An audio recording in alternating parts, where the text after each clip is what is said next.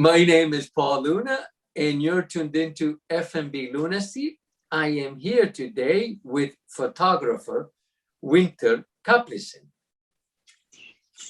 Winter, talk to us about Connecticut Food and Farm. How did it begin, and what prompted the adventure?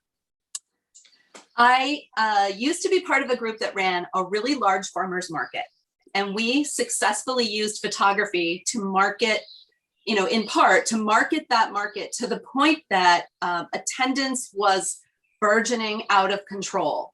So we decided to look at other ways to promote the farmers and food makers and artisans that were in the market. And one of the things that we could do was visit their farm stand and visit their studio and do photos there. We also figured out which farmers were selling to restaurants.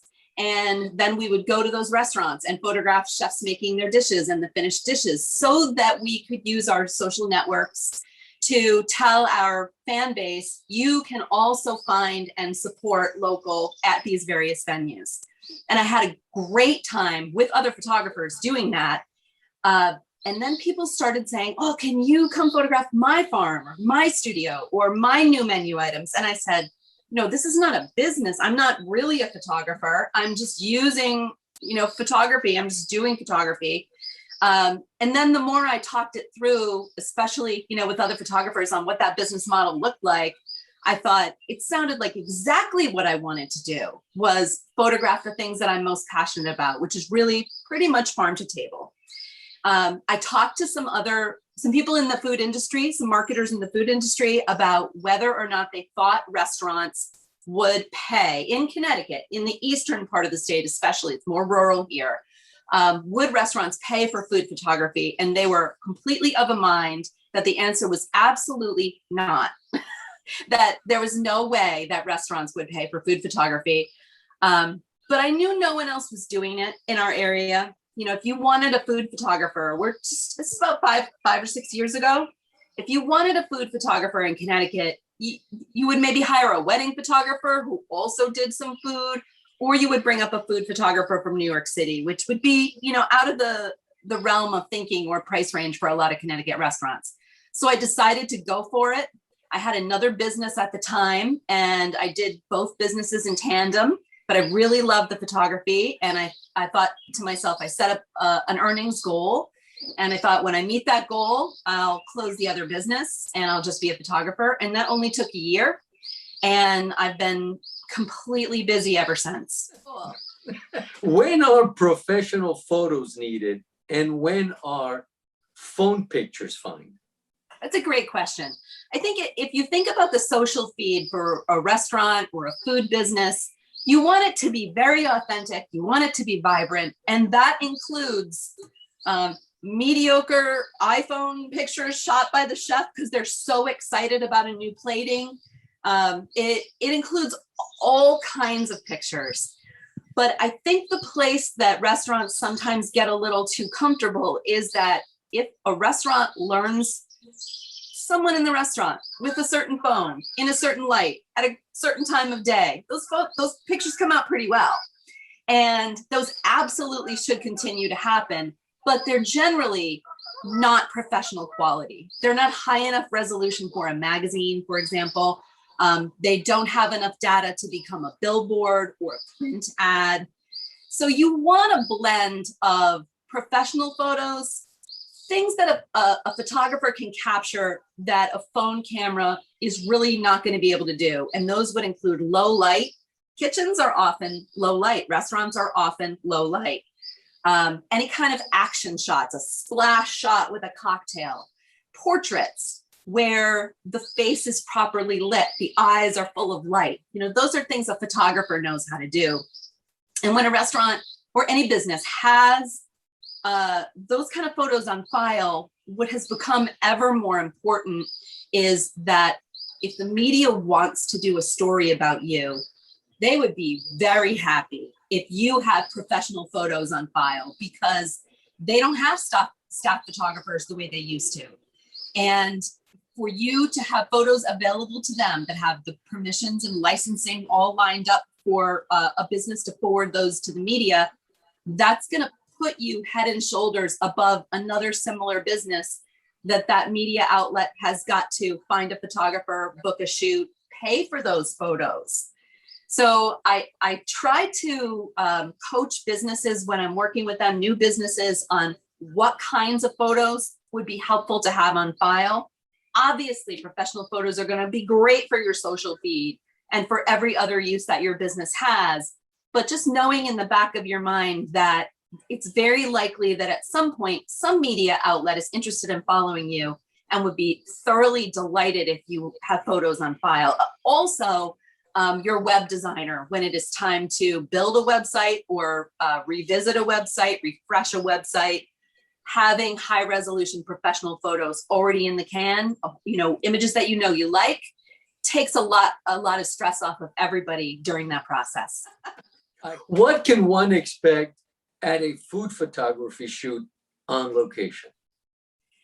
So location is different than a studio. A studio is controlled environment. You have studio lighting, you have backdrops, you might have air conditioning, just a lot of things to really control the environment.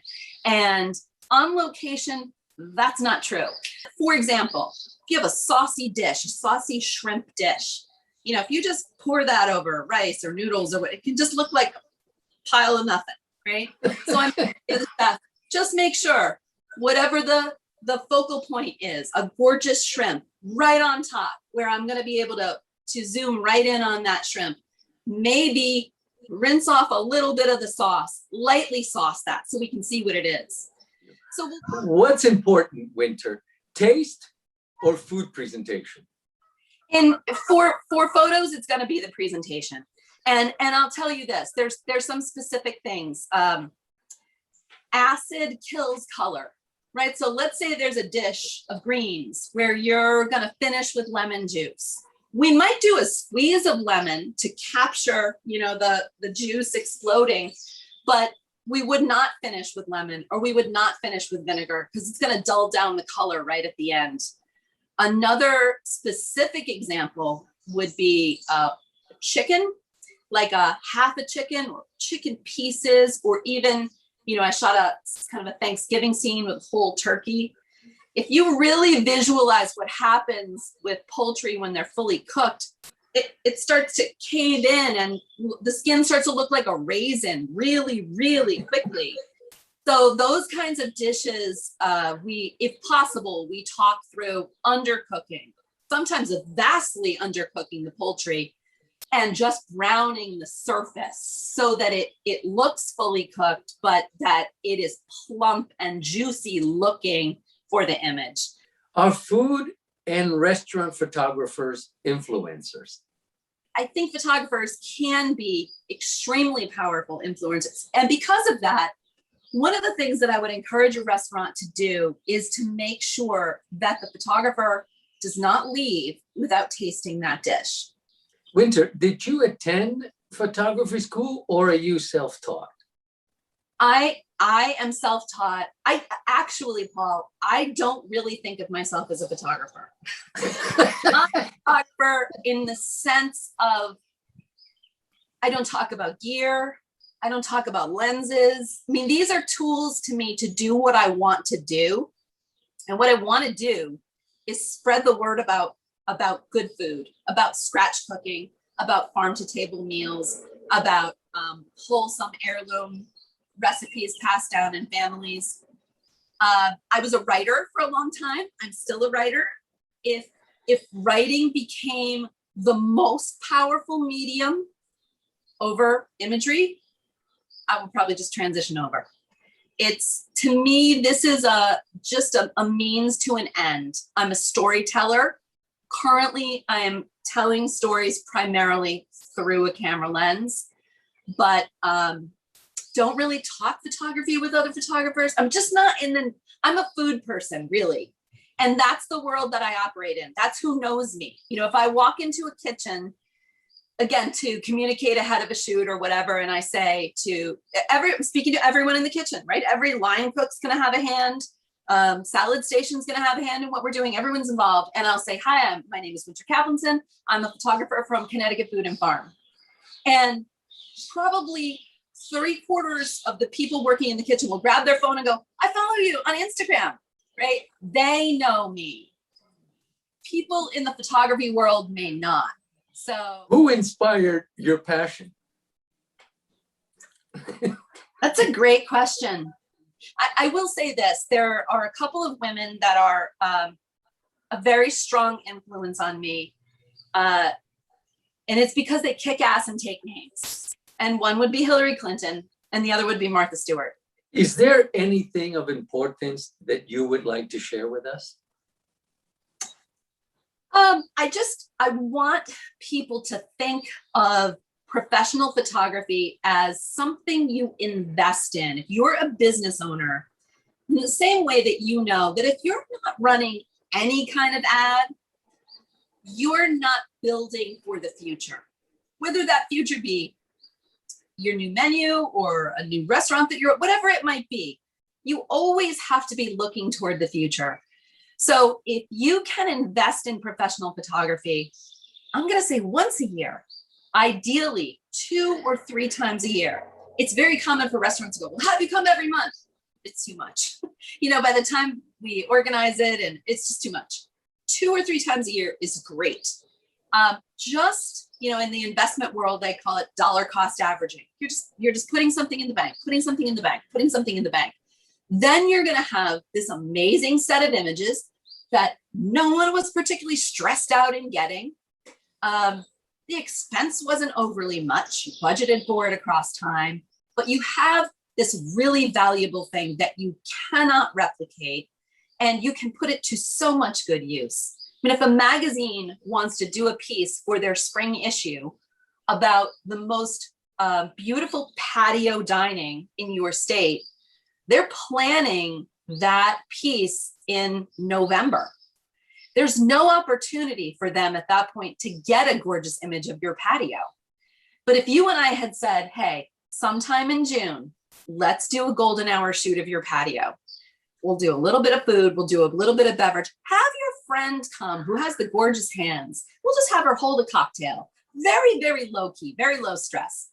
We have those images on file.